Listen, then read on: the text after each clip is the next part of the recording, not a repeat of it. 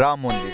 প্রভু শ্রী রামচন্দ্রের জন্মভূমি অযোধ্যাতে অবস্থিত হওয়া এই রাম মন্দির সমগ্র ভারতবাসীর কাছে একটি বড় আবেগ হয়ে উঠেছে। কেননা যেদিন থেকে সুপ্রিম কোর্টের রায় আসে যে অযোধ্যার রাম জন্মভূমিতে শ্রী রাম মন্দির তৈরি করা হবে, সেদিন থেকেই হিন্দুত্ববাদী কিছু ভক্তরা বা রাম ভক্তরা অধীর আগ্রহের সহিত অপেক্ষা করে রয়েছে এই রাম মন্দিরে, এবং তা সম্পূর্ণরূপে সার্থক হতে চলেছে 2024 সালের 22 জানুয়ারি। अब थोड़ा ही समय रह गया है मेरे लौट कर आने में। मैं आ रहा हूँ।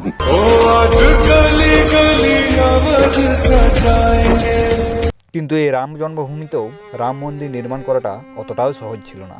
ইতিহাস বলছে এই জায়গাতে দীর্ঘ কয়েক দশক ধরে অবস্থান করে আসছিল ইসলামীয় বড় গির্জা তথা বাবরি মসজিদ, যা তৎকালীন মুঘল সম্রাট বাবর কর্তৃক জোরপূর্বক রাম মন্দির ভেঙে নির্মাণ করে দেওয়া হয়েছিল 1527 সালে।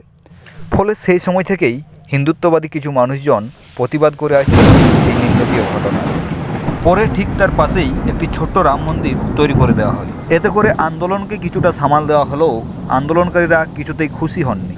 ফলস্বরূপ দুই শ্রেণীর মানুষের মধ্যে দ্বন্দ্ববিদ্বেষ লেগেই থাকে।